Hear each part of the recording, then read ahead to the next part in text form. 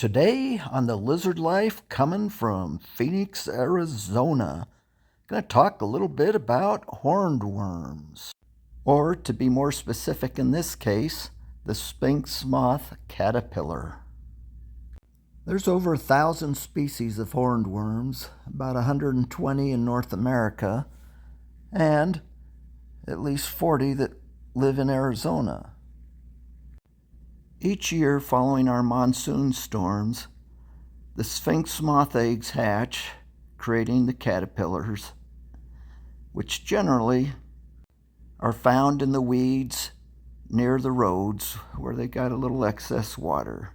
This is the type of weed that they're generally found on. The tobacco hornworms generally have a red horn, while the tomato hornworms generally have a black horn. You'll notice these have a yellow horn, and they feed on a whole different variety of plant or vegetation. And they've been fed to the iguanas for years. When I mentioned that I feed hornworms to my iguanas, I got kind of blasted on Facebook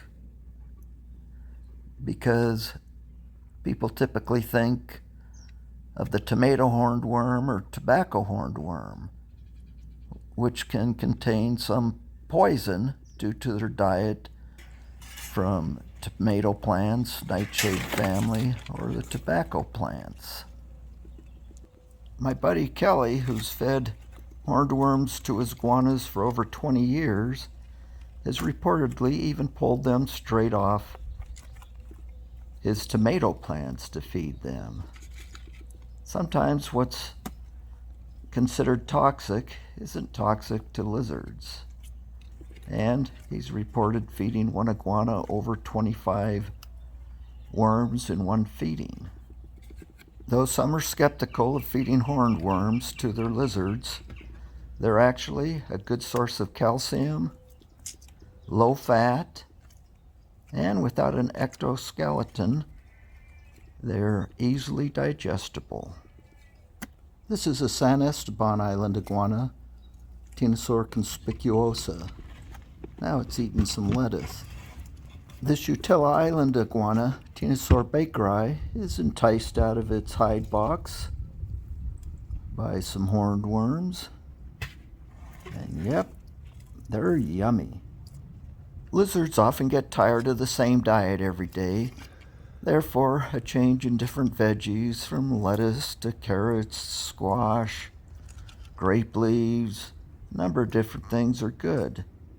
And as far as insects, most people just use crickets or mealworms, so the hornworms are a good variation when you want to feed insects.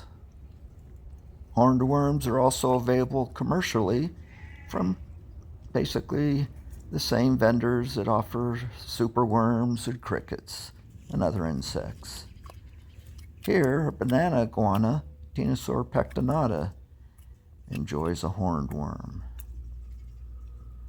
But the hornworms you get commercially generally are fed mulberry leaves and a diet that wouldn't consist of some of the plants people may consider toxic.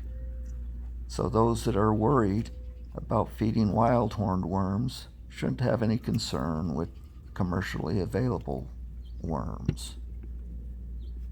In the left corner, I've put what Rainbow Mealworm published as the nutritional value of their hornworms.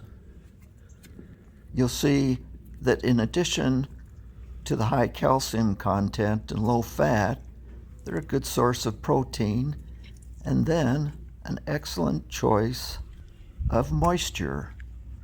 So it's a good food source for a number of reasons, but particularly if you have an animal that's somewhat dehydrated or thin or perhaps a fussy eater, try some hornworms. And for me, they're just a free food item since I'm just collecting them off the side of the road. You can see that this male iguana had green slime all over the top of its nose. And that's a common occurrence after eating hornworms. And when you catch them in the wild, your hands will be covered with that as they regurgitate food that they've eaten, the green plant, and yep, your hands will be very slimy. Here's one of my Alfred Smithi, a female that ate a hornworm, and even though I don't often feed them to a rhino iguana or cyclura, they'll eat them as well. And there's the conspicuosa San Esteban Island iguana. Female jumped down there to eat it. And I keep Hispidus, the Angel Island chuckwalla, in the same pen with them. And yep, it even wanted to try some. Though I don't really typically recommend feeding chuckwallas insects, I've got to believe that in the wild, if they come across one, they may eat the occasional insect. And since I've found these hornworms right in South Mountain, right next to where chuckwallas live, I got to believe they'd do the same thing as that chuckwalla mine did, run down and eat them. This is actually the third day in a row that I've fed the iguanas the hornworms, and I guess I probably throw them each about 10. They're still eating them as actively as they did on day one, and I think they'd eat about as many as I'd give them. Since I'm just collecting them from the wild, each day I go collect about 75, 100 to feed the iguanas. I can do that in about 5 minutes. But the life cycle of the worms doesn't last that long. Once the eggs hatch, they'll be caterpillars for approximately 2 weeks. Then they turn into the pupa, and they stay in that stage for another about 3 weeks, and then they turn into the moth, which lay the eggs, and the process starts over again. But they have to have proper weather conditions and enough moisture in the ground for the eggs to hatch. You see, this chuckwalla keeps trying to get a worm, but the iguanas always snag it away from him. So there may be several months that these worms can be available depending on the rain and the conditions, but a lot of times it's much shorter than that. So once you get them, take advantage of them. If you want to keep them for longer, cool them down into the 50s and they won't grow. But when they're warm, they'll eat and they'll double in size quickly. Even though he broke his neck, Kelly wanted some worms, so he came over. Kelly? With no neck brace. And the worms that he caught. What an idiot.